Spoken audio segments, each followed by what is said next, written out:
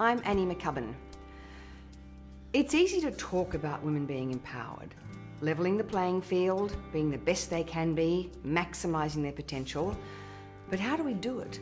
And why do we have to address the question in the first place? Why are women's contributions discounted?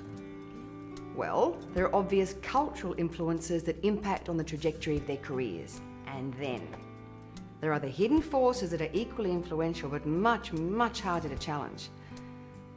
How often do women find themselves in a position where they feel they're not on a level playing field, while being told quite emphatically that they are?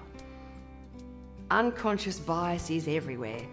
Our brains use heuristics, shortcuts, because if we didn't, thinking would be a very long and laborious process. Consciously, of course, society considers women and their contribution from a rational, reasonable place. We believe that we base decisions on knowledge and conscious intention. We now understand that decisions can be driven by hidden and poorly understood influences. Yet, imagine a future where your contribution is fully valued, where the playing field doesn't just hold the appearance of being level, but actually is.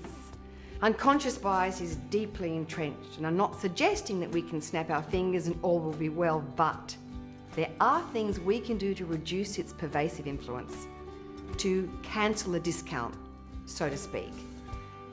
The first thing is to become aware of the prevalence of unconscious bias in male and females alike. The second is to see how what we say, how we say it, and what we believe is contributing to it. And we need to challenge a few sacred cows like being too positive about the positive thinking movement. I think positive thinking has now been equated with being nice or being part of a can-do culture. Not that there's anything inherently wrong with that as long as you're being realistic. But being easy to get along with, amenable and compliant are all really desirable qualities. But often there's an unconscious bias where women who embody these qualities, which are synonymous with the traditional view of women, are considered to be good to have in the workplace. What about women who are prepared to question the accepted wisdom, to stir things up, challenge the status quo? Women who display these behaviours are often denigrated as being difficult, or even worse, negative.